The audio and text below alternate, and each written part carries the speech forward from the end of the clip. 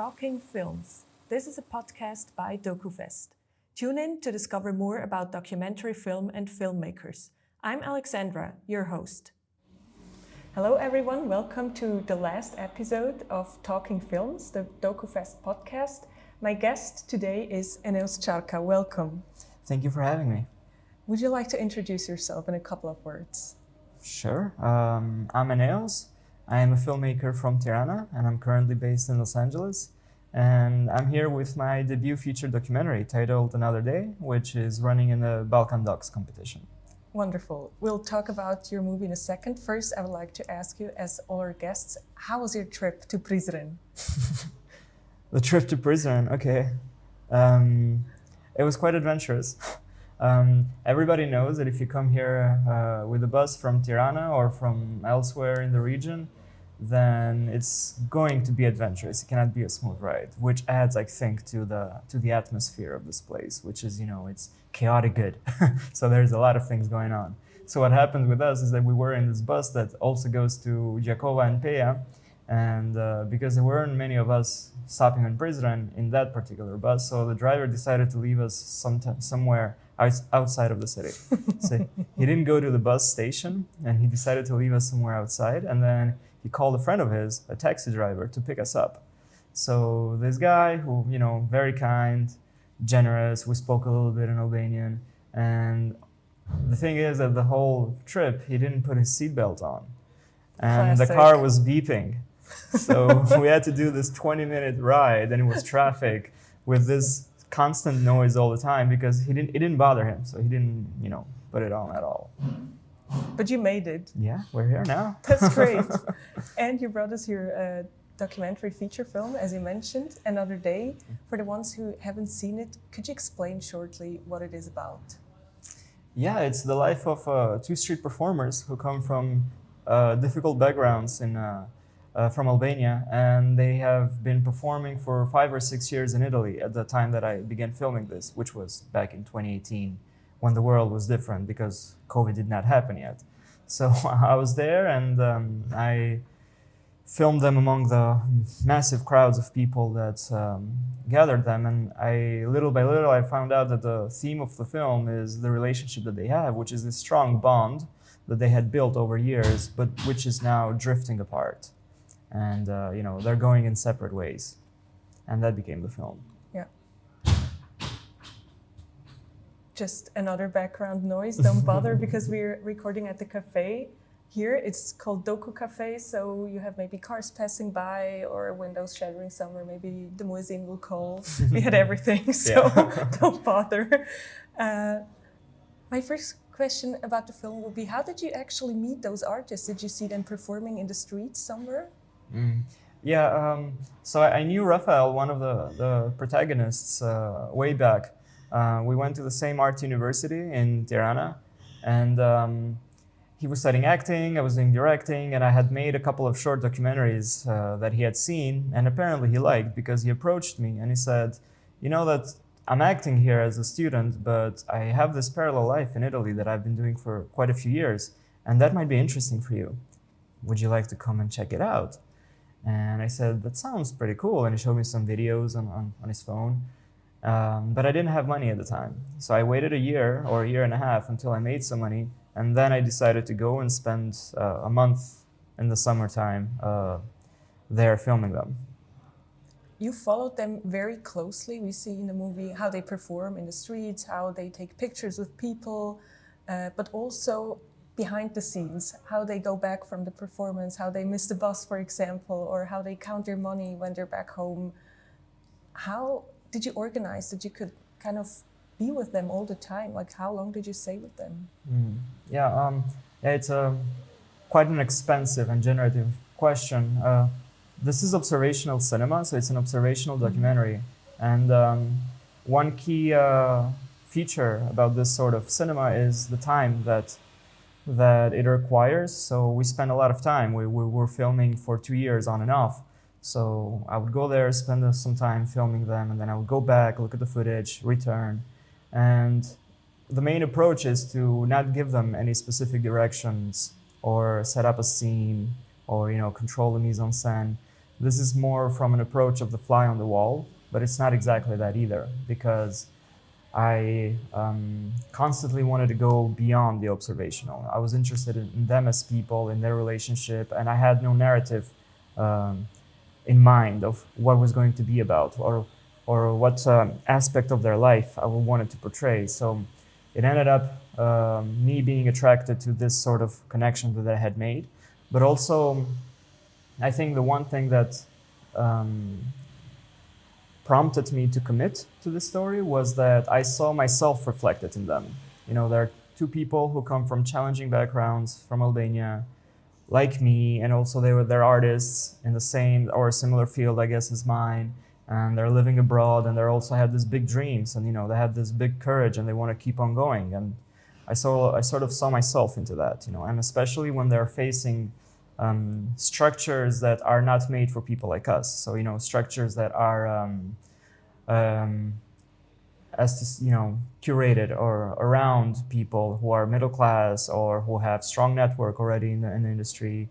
And this makes it even more challenging for others who might be talented and have this strong desire to create or be artists and to enter that kind of world. So this is what made me decide to spend so much time with them.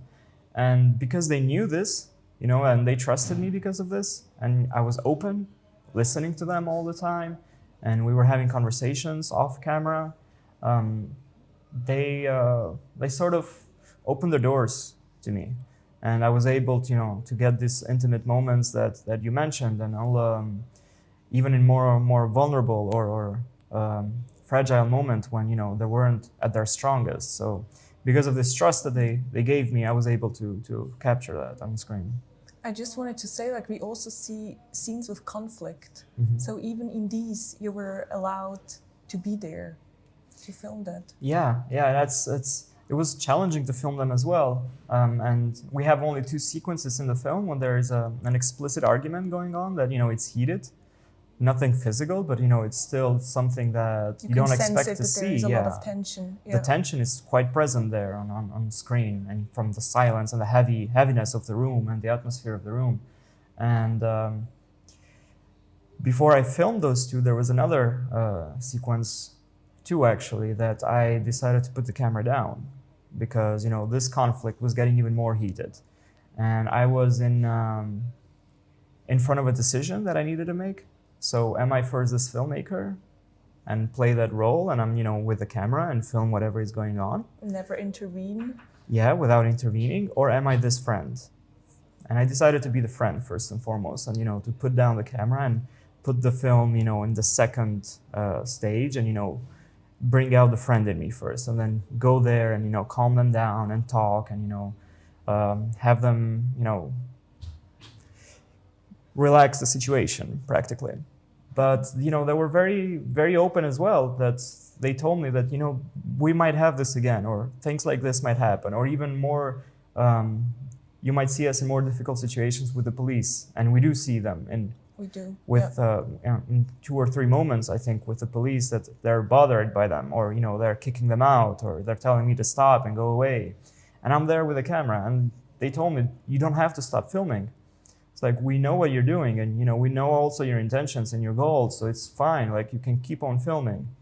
And that's a great privilege for documentary filmmakers, and especially for one whose approach is observational, so allowing me this much access to their lives, it's something that I'm greatly grateful for in them. And that was something that then later on in the editing I sort of had to pay back by preserving their dignity on screen, and by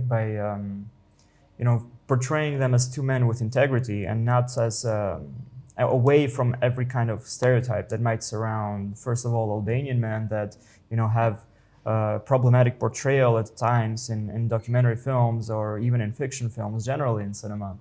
And on the other hand, also as street artists that are also stigmatized, and they are never understood. People generally see them as these 2-dimensional figures that you encounter for a few minutes in the street, and you rarely stop to think about them and what their life is and what their dreams are and what their conflicts are, and as complex people. And I wanted to create them as complex people, with flaws, but also with merits. And they saw that in the film, you know, even their flaws, and they were like, yeah, like I don't like this part of me, and it's good that I see it in a film in some way, but I also don't like it. But you did your own, you know, you did your job. That's what they told me when I showed them the film in the end. That So, really speaks for your movie. Really, Yeah. if someone can say that and not tell you like, please cut it or yeah. yeah. So yeah, when I show them in the end, you know, to get the final consent, and you know, because you have to work with an informed consent, like you have to explain to them how people might interpret it, who's going to see it, what might be the journey of the film, so that they understand exactly what was going on, because most people don't. And they told me, no, it's fine, you don't have to cut anything. Like, I like some parts, I don't like some other parts, but I think it's fair, you've been fair. So that was, and I was very, you know, scared when I showed them. Like, I was anxious, like, what are they going to say? But that was very reassuring of them. In your movie, we see, as you said before, not just like them performing, but a lot of other aspects of their life. So you deal with the economic situation that they are in, also how they joke around, but also how they pursue their careers, for example, how they call home. Also, the disability of one of the artists is a topic. How did you decide which theme to go for and to what extent? Yeah, all of these themes are present. You're right.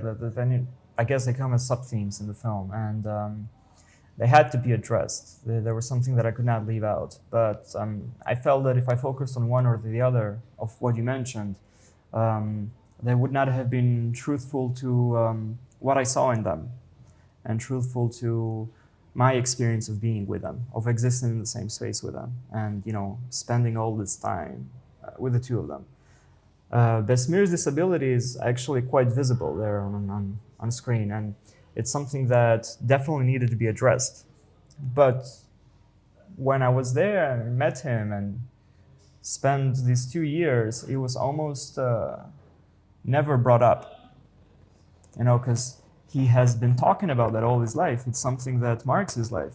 And I did not want to be the person who goes there to talk about it again. And I did not want to see him as something who is identified by his disability. Samir is a greater person than that for me. And he showed it also to, you know, when I was there and I saw that he showed it to me, like he's so much bigger and he cannot be defined by that. So I addressed it very early on, you know, as the elephant in the room, like people needed to see that, you know, he has this osteogenosis diagnosis that prevented his bones development, and you know, I needed to talk about that. And also the way that I show it, it goes hand in hand with his character, you know, that he's this very strong little guy, but also funny about it, like he jokes about it. So it's a trauma of a past for him, and I did not want to focus on the trauma, and I wanted to focus something that he was looking ahead, a sort of future. And that sort of related with me as well, that we were both in the same age group, similar background, and all three of us were looking ahead, so I wanted to focus on that. And the other reason why them as people were way more important to me than any other context that surrounded them is because I mentioned it earlier that I rarely see genuine portrayals of Albanian men on screen. They're generally related or contextualized, whether it is their a traumatic past, political and social traumatic past, or they are given, whether that is positive or negative connotations in who they are in today's contemporary society, and especially in Europe. They're related, whether it is to drugs or whatever. And you know, that was something that I wanted to shy away from. Like, I didn't want to see them as Albanian men. I wanted to see them as men. You know, and it became like a film about this masculinity also that is underlying there on the film, and it follows us in this film, this idea of masculinity and how we see them in these two people. But also, you know, as I said, the flaws was as important as the virtues of these two people. So, yeah. The movie made me very calm when I watched it, and I don't know, I partly don't know why exactly, because the topics are not always so easy, but there is the sense of, I watch it and I feel relaxed. What did you do? Oof, okay. I don't know. Maybe because I had no agenda and I had no narrative that I wanted to impose into them. So I was just living with them. I was there filming them in the house, and in the most monotonous routine, sometimes boring, but I think that it became interesting for audiences and for me as well. Now I'm guessing the audience's part, but I know that it became I interesting. never for found me. it boring. I loved watching these lives. Maybe that's weird. I don't know. It Yeah. was like, that's how they cook. That's where they sleep. And it was like a very calm observational view, or it felt to me like that. Yeah. So that was interesting. That intrigued me to be that close to them, and I wanted sort of to get into the soul of these two people, and they opened their soul to me. So it was a co-creation in that way. Like what they gave me was something that it's very rare, and it takes a lot of time and a lot of honesty, I guess, and communication, especially communication, to be open. But also as a filmmaker, which is, I guess, a difficult thing to do for any of us in whatever profession or position we are in life, to be open-minded and to start to see things from their perspective. The one thing that I want to point out is in relation to their economic situation, because it appears that they're struggling, but as a matter of fact, and maybe I didn't do justice to it, they were able to pay rent, pay a private school, live in Milan, which is not a cheap city. Yeah. So their life, their street performance was the thing that provided all these things to them. So it's not like they were struggling as much as I was, for example, at that time, and they made way more money with that specific art than I have ever made with my own films, for example. That's interesting to hear. Yeah, so maybe that doesn't surprising. come out in the film as much, but I think it's interesting to point out as well. I think it's also okay that people actually can earn money with that. I mean, Yeah. I felt caught as a viewer because I thought, these poor street artists, they will never get any money. And you proved me wrong with that. So yeah, so I think that's one of the things that the film can do. So I'm happy that it achieved it. do you know what the two guys are doing today, where they stand in their lives? Yeah. I mean, I'm in touch with both of them. I still keep up with what they're doing, and we talk. Rafael is based in Tirana, and he's acting for theaters there, a national theater and other ones. So he's performing, but also he wants to try his hand in directing for stage. So, he achieved what he wanted. Mm-hmm. And same for Samir, he also achieved his dream. So he's in a traveling circus now, and that's what amazing. he wanted to do. So at the current moment, he's in England. He's in this traveling circus for the whole summer there. So I guess what happened in the end with both of them is that they both got what they wanted, but at the expense of their friendship. And I guess this is the compromise that had to be made, or how that life sort of forces into you, and it takes you into these different paths. I would now like to talk a bit more about you, about your path. Mm-hmm. You were born in Tirana. Today you live in Los Angeles. What happened in between? The short version. Yeah. There a lot of things happened, but practically I lived for a year in London when I got an MA in film studies, and then I was fortunate to be part of this program called Doc Nomads, where you travel in 3 different cities in Europe and you make films, and you go out there to make films with people whose language you don't speak. So that's a beautiful challenge. And after that, I was offered this PhD position at University of Southern California. So I'm doing an artistic research there at the moment. And in other words, that means that I'm working on another film that involves research and critical thinking. What kind of research is it that you're doing? Well, it's called elemental cinema, which is a branch of eco cinema. And these are films that decenter the human from the center stage of the film, and they look at the environment instead.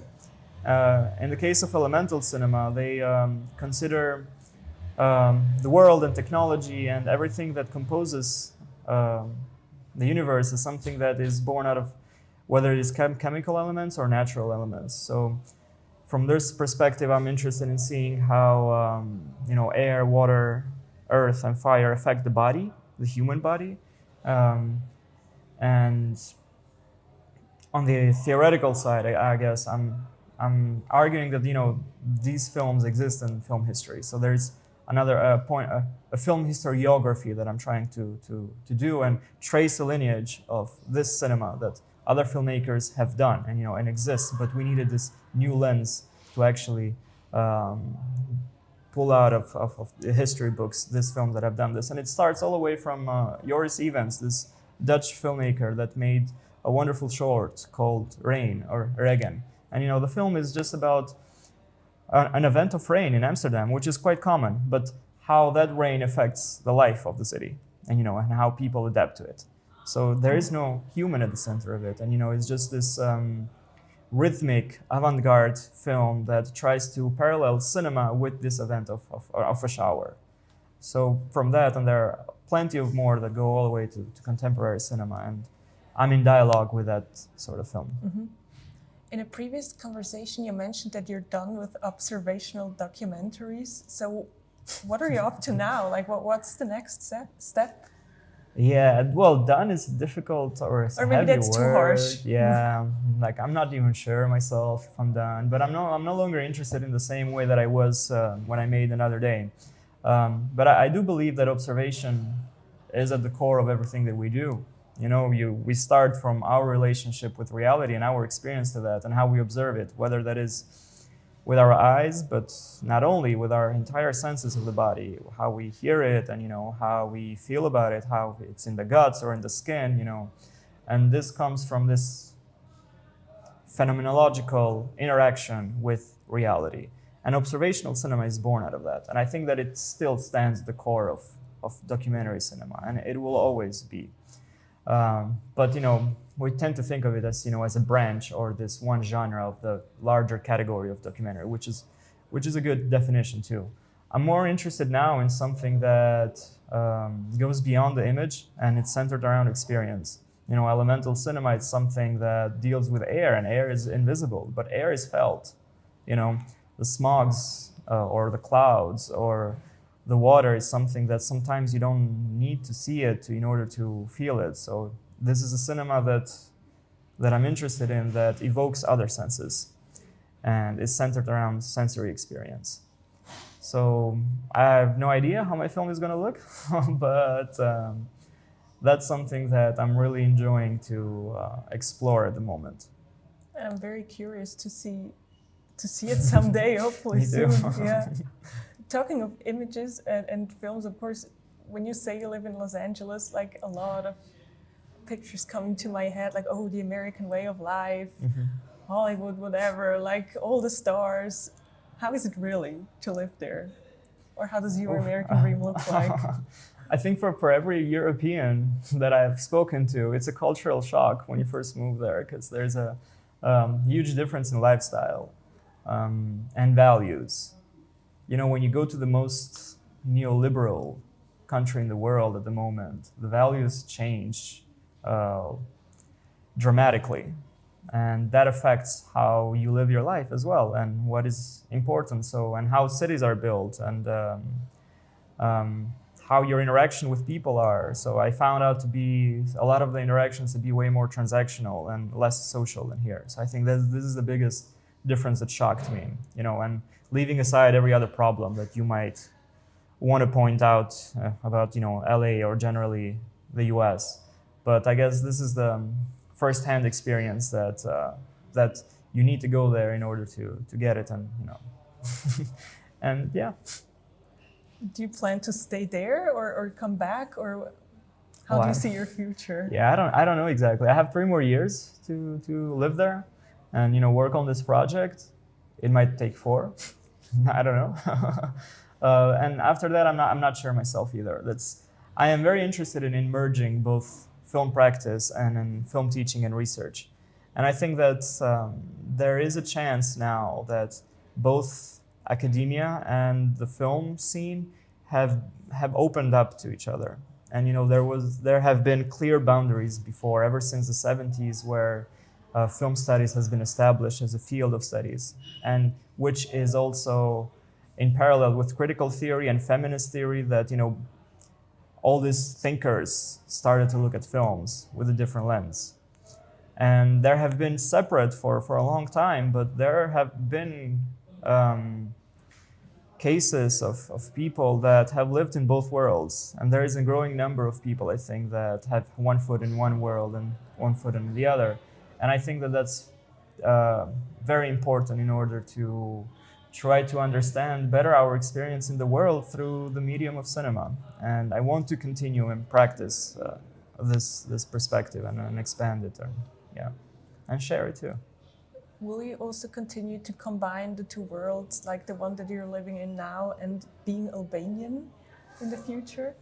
Yeah, well, actually, even in this film that I'm working on now, in my next project, I want to set it both in Los Angeles and in Albania. Okay. Because there is no other thing that connects them except for me. So, I'm kind of like the body that inhabits both worlds, and they don't have to be so far apart. And I think cinema has a great power in bringing things together, experiences together especially. And I want to do that, or at least to try to achieve that connection.